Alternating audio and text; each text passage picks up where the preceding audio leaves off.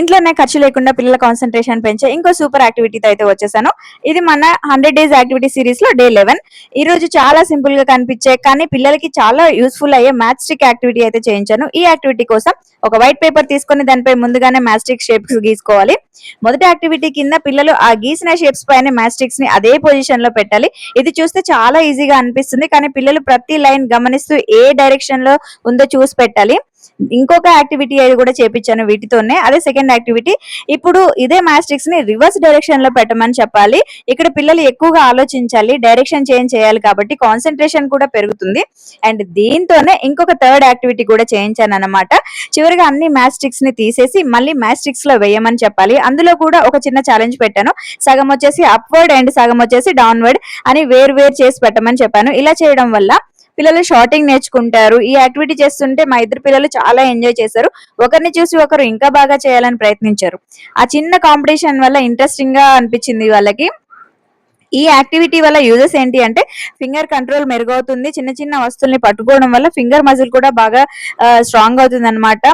Fine motor skills లో కూడా ఇది యూజ్ చేయొచ్చు. అలాగే కలరింగ్, రైటింగ్, ఇంకా బటన్స్ పెట్టడం ఇలాంటి స్కిల్స్ కి కూడా బాగా హెల్ప్ అవుతుంది. ఐ హ్యాండ్ కోఆర్డినేషన్ పెరుగుతుంది.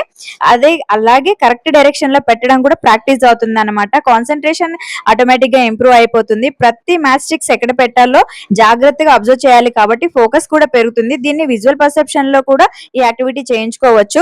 షేప్స్, డైరెక్షన్, పొజిషన్ గుర్తించే ఎబిలిటీ కూడా డెవలప్ అవుతుంది. డైరెక్షన్ సెన్స్ కూడా బాగా డెవలప్ అవుతుంది. అప్వర్డ్, లెఫ్ట్, రైట్, డౌన్వర్డ్ ఇలాంటి కాన్సెప్ట్ కూడా పిల్లలకు ఈజీగా అర్థం అవుతాయి. అన్నిటికంటే ముఖ్యంగా ఈ యాక్టివిటీలో పిల్లలు లెర్నింగ్ కంటే కూడా ప్లేఫుల్ గా ఆడడం బాగా ఇష్టంగా ఉంటుంది వాళ్ళకి. అదే ఈ యాక్టివిటీలో ఉన్న అందమైన విషయం. పిల్లలు బలవంతంగా నేర్చుకోవడం కాదు, ఆడుకుంటూ నేర్చుకుంటారు. ఇలాంటి యాక్టివిటీస్ కి పెద్దగా ఖర్చు కూడా ఉండదు. ఇంట్లో ఉన్న సింపుల్ మెటీరియల్ తో పేరెంట్స్ చాలా ఈజీగా చేయించవచ్చు.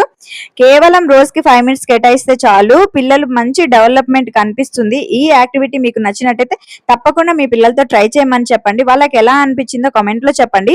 ఈ 100 డేస్ యాక్టివిటీ సిరీస్ లో ప్రతిరోజు ఇలాంటి సింపుల్ యూస్ఫుల్ యాక్టివిటీస్ అయితే తీసుకొస్తాను. మరిన్ని వీడియోస్ కోసం మన స్పెషల్ మామ్ స్టోరీస్ ని సబ్స్క్రైబ్ చేసుకోండి. ఇప్పుడు చేసే యాక్టివిటీలో ఫస్ట్ మీరు డ్రా చేసి ఆ తర్వాత వాళ్ళని డ్రా చేసుకోమని చెప్పండి. నార్మల్ కిడ్స్ కి అయితే ఇది చాలా బాగా ఇంకొక యాక్టివిటీ లా కూడా ఉంటుంది అనమాట. సో దట్ వాళ్ళు ఎంగేజింగ్ గా బాగా డ్రా చేసుకోగలుగుతారు. లేదు అంత చేయలేరు అని అంటే మీరే డ్రా చేసి ఫిల్లింగ్స్ వాళ్ళని చేయమని చెప్పండి. హెడ్ ఉంది కదా, దాన్ని చేయమని మీరు వాళ్ళకి ఇవ్వచ్చు.